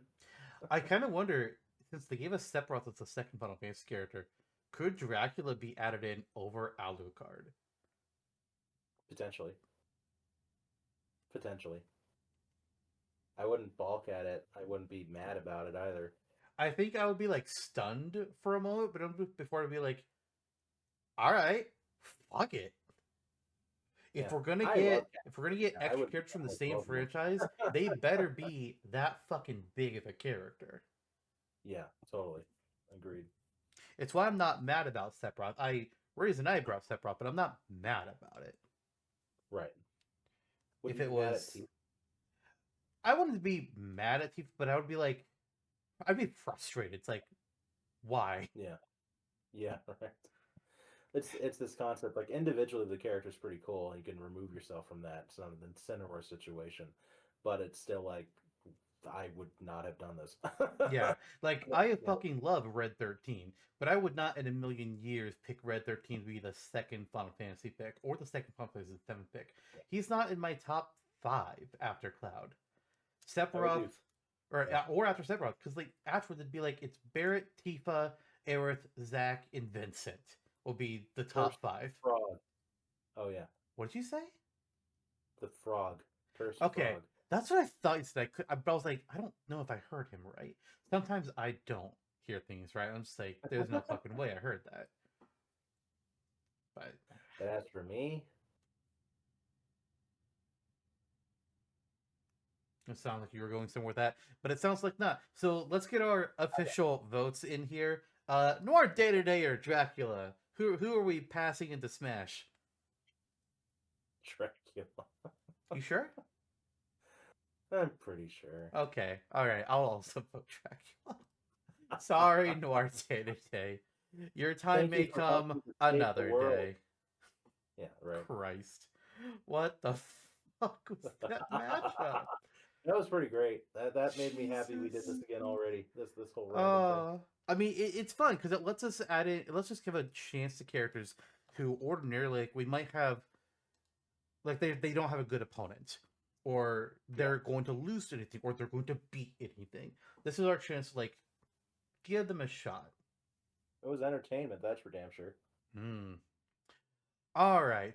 Well, let's get our second matchup going here. Character number 1 for Smash or Dash number 2 of the episode. We are going to be discussing. Ooh, that was close. It was almost Jinx, who would have been a fun talk. Instead, it's ProtoMan.EXE. Okay. ProtoMan's opponent. Let's see. Character going up against ProtoMan is almost Zeke again. Astrobot. We have a robot versus a computer program. Wow. Yeah. So That's let me get them both up here. There's ProtoMan. There's Astrobot. I'm gonna move ProtoMan over here. There we go. Okay. So interesting choices. I am a big Mega Man Battle Network fan. Astrobot won Game of the Year, several other rewards. I bought it, but I haven't had a chance to play it yet because when I was getting ready to, when I was like, okay, it can be my next game, they announced a new content coming to it. It's like, okay, I have to wait because you might announce even more. And I don't want to deal with that kind of shit. I want to wait till it's done. So I haven't had a chance to fucking play it yet. And I have yet to have a new opening on my schedule. Someday I'll get there. Yeah. But yeah. I also have not played the full Astrobot game yet, and I'm still, toying around here and there with Astro's Playroom. Like that's just where I'm at with my gaming capacity right now. I'm just spread out thin over so many different things, with so little time to play, honestly. But I played enough of Playroom to understand that it is like basically it's a Mario type character with these additional little robot quirks added in, so you can. Like when he jumps, it's not necessarily a traditional double jump. He's moving forward with like a pulse of lasers underneath his feet. He can spin around kind of galaxy style. Has your standard like punches and kicks and moves like that, and he pulls things out of the ground a lot. That causes different things to happen in the overworld, and he can throw things around, different gears and vegetables and whatever, like depending on the world and the place and whatever. Um, running and jumping. It was the question of, Sony almost made a better Mario game than Nintendo. People say with that Game of the Year award thing, and they're not wrong. I even mean, they were, Reggie said something along those lines. yeah, like the developers were on the record saying they were heavily inspired by Galaxy, and it shows in the game design. Like it's just really really solid, and it's the kind of game that Sony needs more of. Like not everything needs to be a mature AAA thing. Thank fuck. Yeah.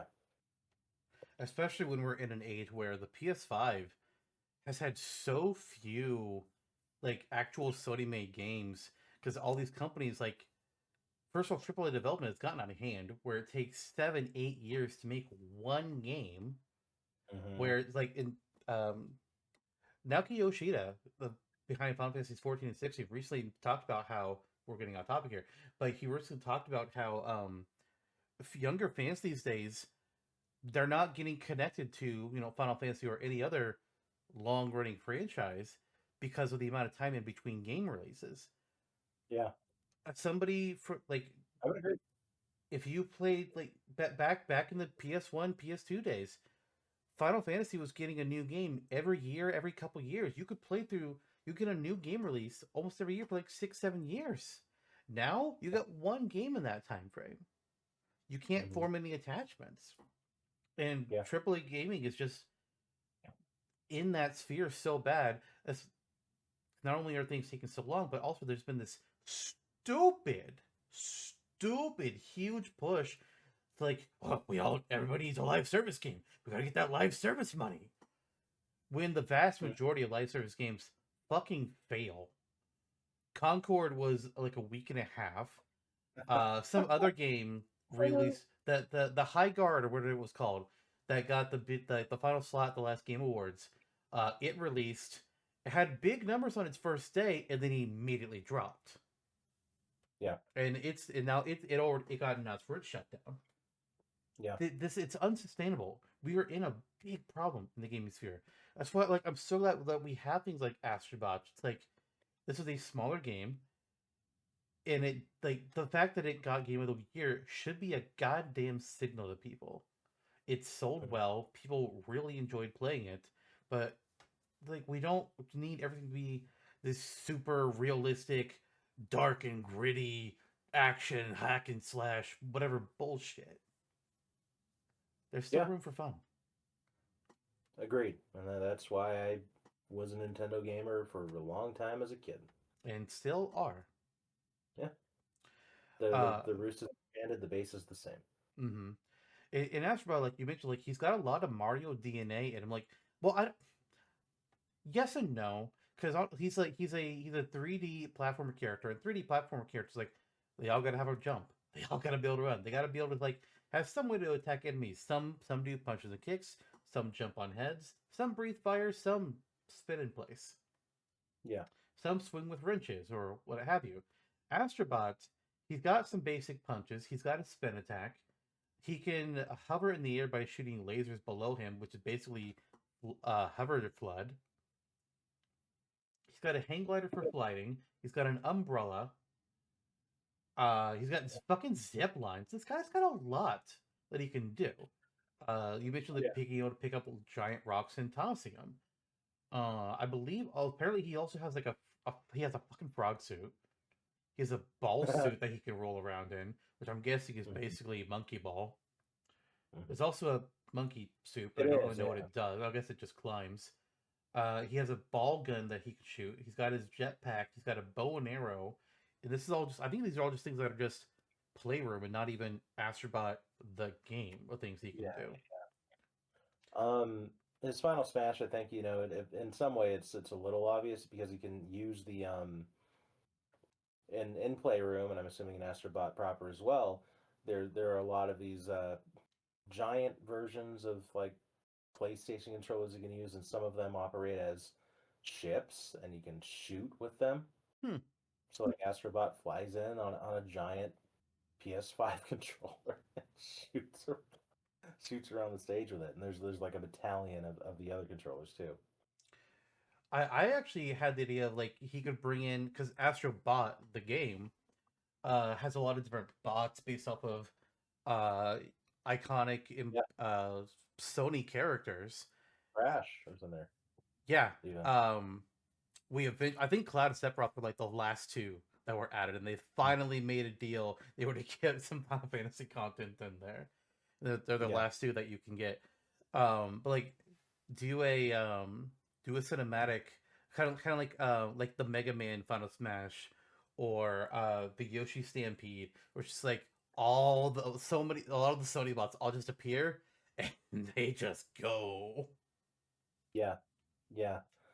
Cheeky idea for alternative costumes too, because you Hmm. can give them the Crash outfit, the Kratos outfit, the Aloy outfit, Yeah. Ellie outfit, Ratchet and Clank outfit, yada yada.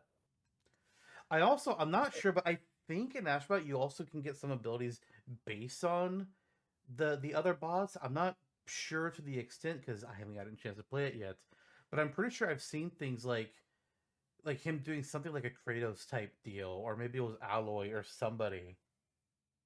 Mm-hmm. But like he could theoretically take abilities from other big Sony characters, and just attack with them, like swing the Leviathan X or shoot Ellie's bow or something. Abby's Club. Yep. Uh, do a Ghost of Tsushima attack. That'd be pretty sick. Yeah, Yeah. there's you could pull from a lot for this guy. There's not Okay. enough moves to take everything, but Mm-hmm. you certainly fucking could throw Yeah. things in. Absolutely. On the other hand, though, there's a character from perhaps one of your most beloved franchises. Your most beloved franchise. Oh yeah, I thought you were talking about like Astrobot had something from when I blew up. I was like, what are you getting at? No, No, you no, mean no, no. ProtoMan. He's ProtoMan. Yeah. ProtoMan, who is based off of the original ProtoMan from the classic Mega Man games, although kind of sort of, he's kind of a mix of classic ProtoMan and Zero. Some people have affectionately called him Zero with a shield because classic ProtoMan just has his own Buster weapon and a shield, but ProtoMan.EXE is known for having a sword as his primary weapon. He also shield as well in his battles, but he primarily attacks with swords, and this is both game wise, anime wise, and manga wise. He's all about sword stuff. Any projectiles, really not his deal. This is a projectile sword, like doing a sonic boom attack. But Yeah. Proto-Man is the only other. I think he's the only character, the only boss that you can fight in all of the Battle Network games, except for technically, because there's split versions. So like blue or red sun of four, like four red sun and five team kernel, he can't be fought in. But 1, 2, 3, 4 blue moon, five team proto man, and both versions of six, he is a boss that you can fight. Sometimes a story boss, sometimes he's just a bonus boss, and he will kick your fucking ass. He is. He's kind of the second main character, really. Okay. I'm down with that. And so naturally, I'm assuming there are a lot of different chips that he can use and incorporate in different ways into the way that he fights. Yeah, I mean, you don't really see him use quote unquote chips because he's a boss. You only ever see the player is actually explicitly using chips. A lot of the boss attacks are things that are native to them, and not actual chips. If they are a chip, it's just a chip that the player doesn't have access to, I guess, which may be the thing. We know that some Navis do have innate abilities, like Mega Man has his Buster. That's not a chip. Mm-hmm. Everything else Mega Man does is all chips.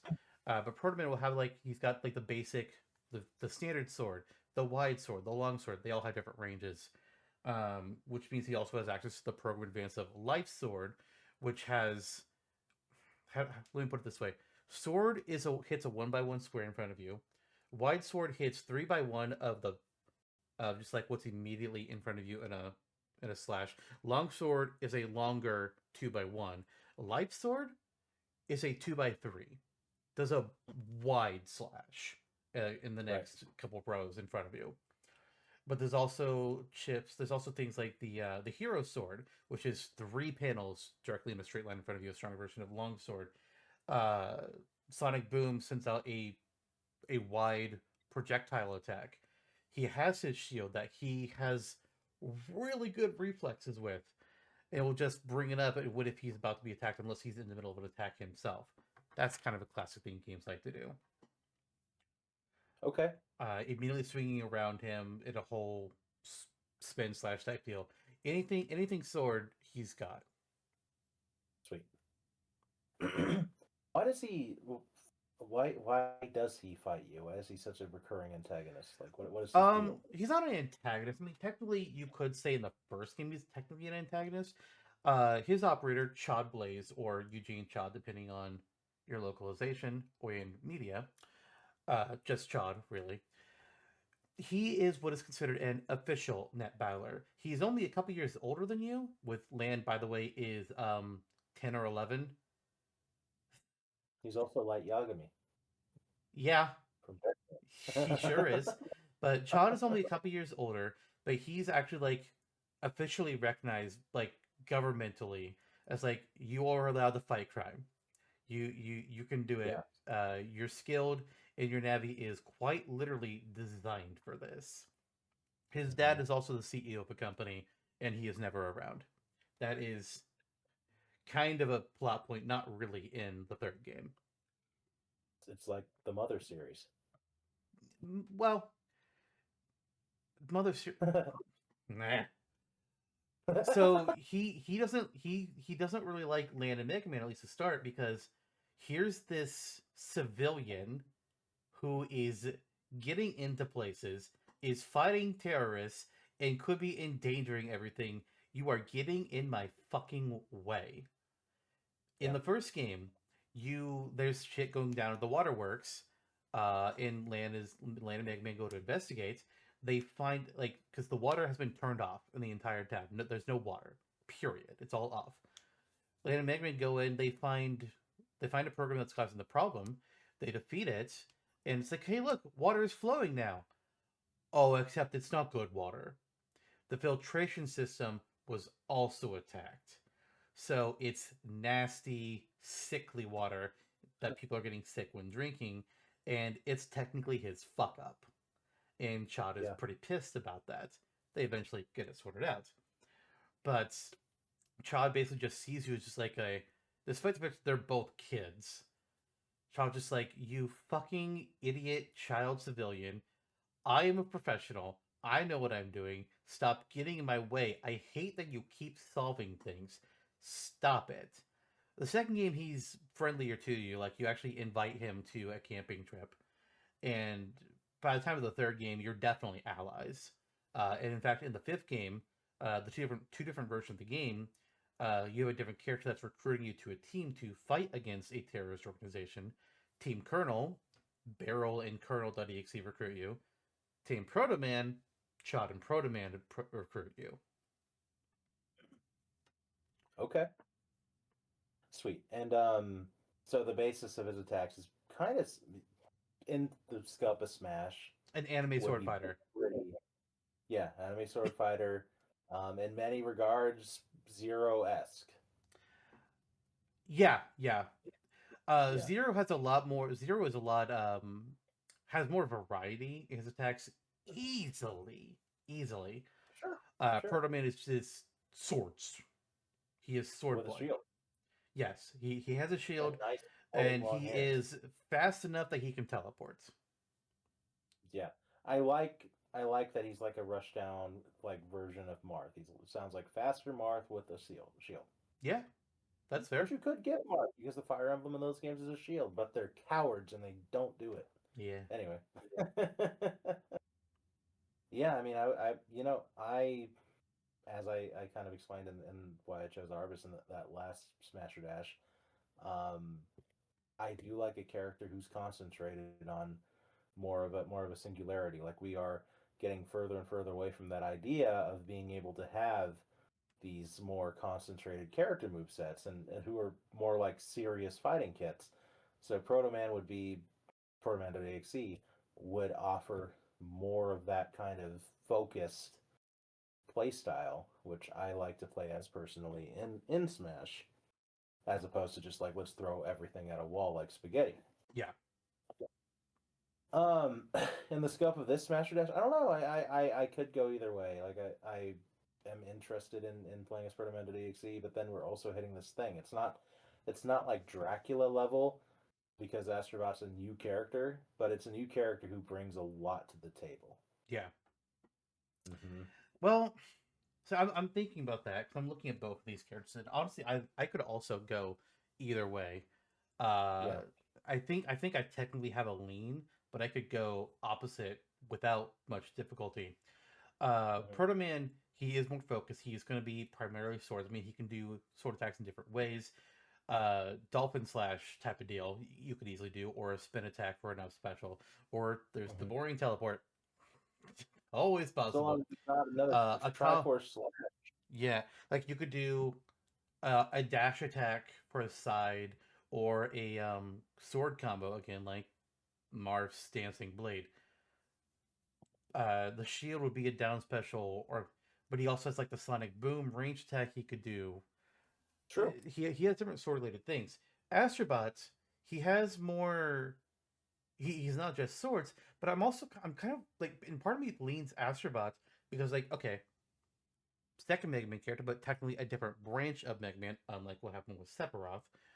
Uh, and if we weren't going to get Mega Man Dixie because they don't want to do two Mega Men, it'd be either ProtoMan or Roll.exe to represent the Battle Network series. Yeah. Astrobot would be a new thing, new franchise, represents Sony as a whole. The entire PlayStation Mhm. brand is technically in Astrobot's fingertips. Um, Yeah. but also, I look at Astrobot and it's like, technically you don't bring a lot as far as your actual attacks are concerned. Not really. I mean, I'm not saying Proto Man is a basket of uniqueness, but Astrobot tech really isn't either. He is, he's got the basic punches. He's got a midair jump. He can hover, and he has a basic projectile that he could do with a bow at the very least. Head He around. can toss a rock, which is basically Charizard rock smash. Mhm. He actually doesn't have like his own unique thing to bring in unless It's yeah. they are having his moveset be use the abilities from other Sonic bots. Yeah. If it's just him, normal him, he actually doesn't have anything different. I mean, I guess Very the zip much line, but yeah, I mean, very much Mr. Platformer. The When you're making a tight, concise 3D platformer, you mhm. you kind of go for the greatest hits, which were paved. The way was paved by Mario. Yeah, They there's they they there's made not really any new ground to yeah. unearth. In fairness, No, they made Mario Galaxy 3 with a robot. Yeah. with a dash of sunshine Yes. The better parts. and the frog suit from Mario 3. Yeah. And a ball for I. Yeah, it doesn't say it's Yeah. supposed to be II. I mean, II is not Sony, but the fact that he can roll around in the ball is like, well, that just sounds like Monkey Ball to me. Yeah, sure. It also sounds like the ball rolling sections in Mario Galaxy. True, Yeah, there you go. true. Yep. Hmm. So None of it's that being a knock on Astrobot. I'm yeah, yeah, done with no, that game. none of it's a knock on him at all. It's just an objective view. It's just like he Yeah. doesn't bring anything new, but him and his game don't need to be like there's he the what Astrobot would bring in new is just The the other design Sony control. connections. Yeah. Yeah. It's And a new Mario moveset without having to change Mario's moveset. yeah. And it's kind of the same with ProtoMan.EXE because you're focused on the sword. Mm-hmm. Yeah, and then it's like it's kind of niche and smaller in this way versus Astrobot, where instead of representing a franchisee as a whole, you're representing a subset of Mega Man as a whole, which is valid as well, and I would like to see that happen in Smash. Yeah, Um, so it's a pick your poison kind of thing. This is actually a very even matchup. yeah. It is in multiple levels because one, like, they're both relatively simple concepts, but also we have robots and computer program based off of a robot. So it's like, Yep. hey, we got the theme. The Yeah. themes are here. Yeah. Nice. Yeah. But what are we doing here? What are What are we we doing here? doing? I'm actually looking up to see if I've forgotten anything about Proto Man's attacks. Oh, I forgot that his final smash is Delta Ray Edge. That's right. His shield can also reflect things. So, there's your Okay. typical thing. Delta Ray Edge is his most powerful attack, which basically is like in an instant he can dash around you 3 times in the shape of a triangle and just slash 3 times, dealing attacks each time, and anything in his path he'll hit. He can do an Wasn't Delta X slash on the field. Pretty cool. Oh yeah, he has Blade Cyclone, which is an anime move. He takes 2 swords and he basically does a spin slash, and he can create a Nice. tornado out of it. Bloody Like, Quartet, he'll do 2 swords and slash the foe with an X shape. mm-hmm. Hot Cut, he'll do both a wide and longsword attack at the same time. Mm-hmm. That's more or less it. That's pretty much what he has. Okay. He is a fast flux swordsman, and his Sweet. sword is also his arm. Yes. Very, very utilitarian. You never have to put it away. Yeah, I Might mean be a problem he if you can turn it into his he can turn it back and forth between like sword and fist, but Oh, good. he can't be disarmed. It can be broken, but you can always just bring another one. Mm-hmm. Wasn't Delta Ray Edge, right? Yeah, Delta Ray Edge. Wasn't Delta Ray Edge once Thor? Are you talking about Beta Ray Bill? Oh fuck, that was his name. Okay. Never mind. What the fuck?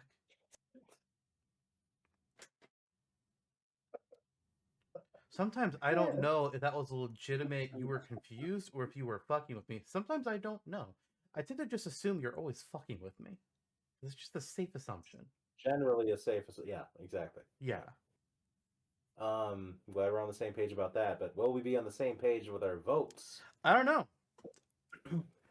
My lean has gone back and forth because Mine too. I like both for different reasons, and I also don't like both for different reasons. Same.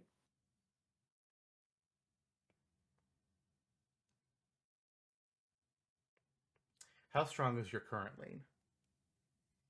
Slight. Fuck. I know. All right. What is your current slight lean?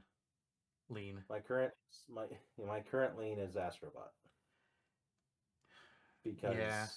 the new IP angle, that's all. That's all it is. The new IP angle, and also I like the fact that like we technically have like a new Mario-esque character. Not that he would fight like Mario, but it'd be another simple character. Somebody just like there's no crazy fancy frills, and really ProtoMan wouldn't be crazy fancy frills either. But looking at the roster we have now, I think we have more characters like ProtoMan than we have characters like Astrobot.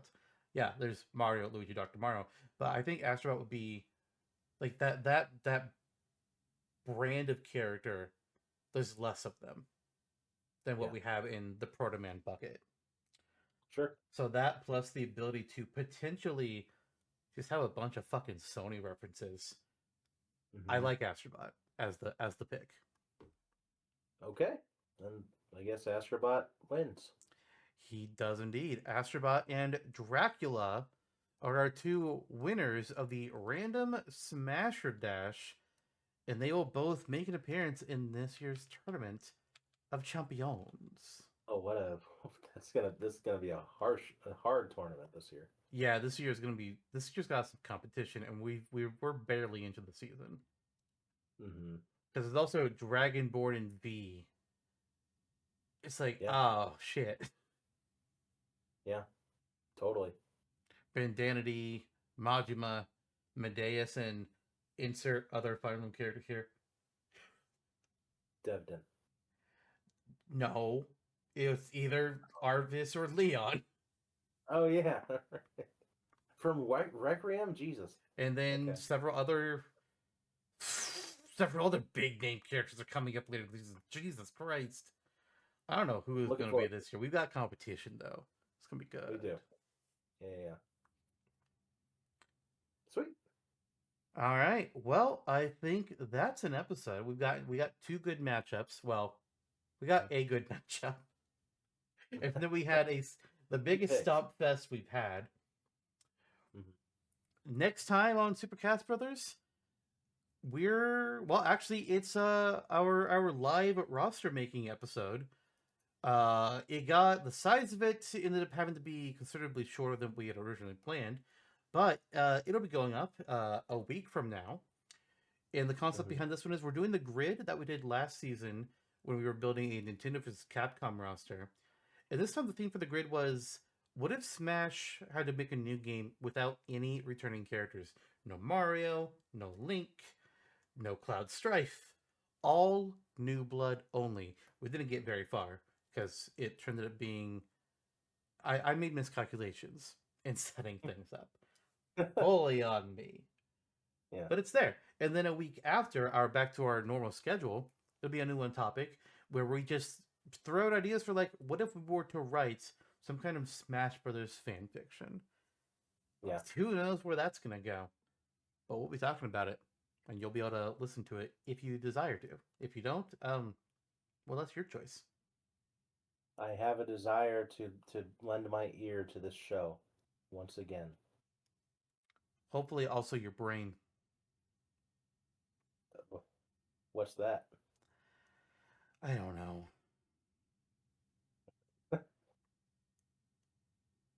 Anyways, we'll see you all then. Goodbye. Bye.